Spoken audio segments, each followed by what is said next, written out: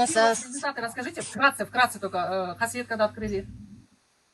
Ой, много подсказок идет, очень много. Сны.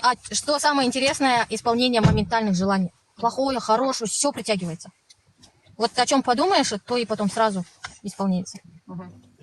Вот еще то, что я не хотела, все, я не хотела никак это принимать. Я думала, никогда это меня не коснется. Нет, меня это коснулось. Мне не дают работать на обычной работе, где работают обычные люди. Все нормально, коллектив нормально.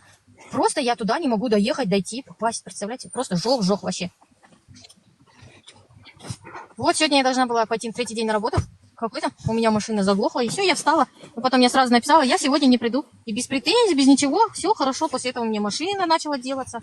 И все. Потом мне еще показали, что надо заниматься, вот там твой рост, там люди, там деньги, и там все будет. Вот потом я вам написала сегодня, что такое будет, что такое бывает. Вы же в сущности видите, Зара, расскажите, как проходят чистки у меня. Если человек не хочет этого видеть, боится, просто будет засыпать, потому что не покажут тому, кто боится. А кто не боится, у некоторых проходит это как мультик, у некоторых это просто как какие-то картинки, у некоторых бывает просто как силуэты. Но у меня это все было. И как мультики, самых страшных мне показывают как мультики. Тех, которых я вообще не боюсь, я их просто так могу видеть. Во время вот марафонов, либо во время чистки, когда погружаешься в транс, ну там у меня уже как в фильме. Я прям вот стою и смотрю, вот, как будто бы я там, и все там на месте это происходит. Ну, там на самом деле ничего такого страшного нет, это наш рассудок, который боится. Арвахтары, они приходят такие воздушные, мягкие, большие. Я даже не знаю, как это описать. Это вот как большие шарики, 3-метровые же бывают. Вот арвахтар приходят такие, как большие шарики, такие пушистые, мягкие, нежные. И голоса, вот голоса арвахов, они всегда знакомые, тебе сердцу знакомые. Ты вот прямо когда слышишь, поначалу я плакала, когда я их слышала, но сейчас я уже не плачу. А раньше было такое чувство, как будто меня потеряли, и только нашли, и я вот этот потерявшийся ребенок вот это схлебывала. Ахмед. Вот. У вас дочь, то, что проходит, я же говорю, что замуж выходят, женятся, вот Зара, у Зары. Да. Дочь моя замуж, в прошлом году вот она начала чиститься, марафоны проходить, и у нее убрали приворот. После, вот в этом году она случайно ей встретился такой парень, который ко мне пришли, сразу сказали, она пришла с обещанием, отпусти ее. 3 арваха с его стороны пришли, и мне сказали, и я после этого говорю, ну ладно, выходи замуж. А до этого, которая тоже пытался сосвататься, арвахтар с ее арвахтар приходили, и мне говорят, мы откажемся, если она выйдет за него замуж. И я просто это ей передала, и все.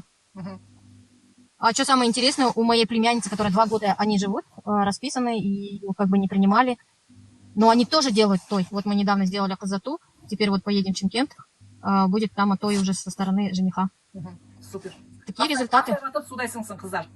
Это вот, который я еще была на партнерских родах, где сам энергии Чингисхана приходили, где помогали родить. А то там такая была ситуация.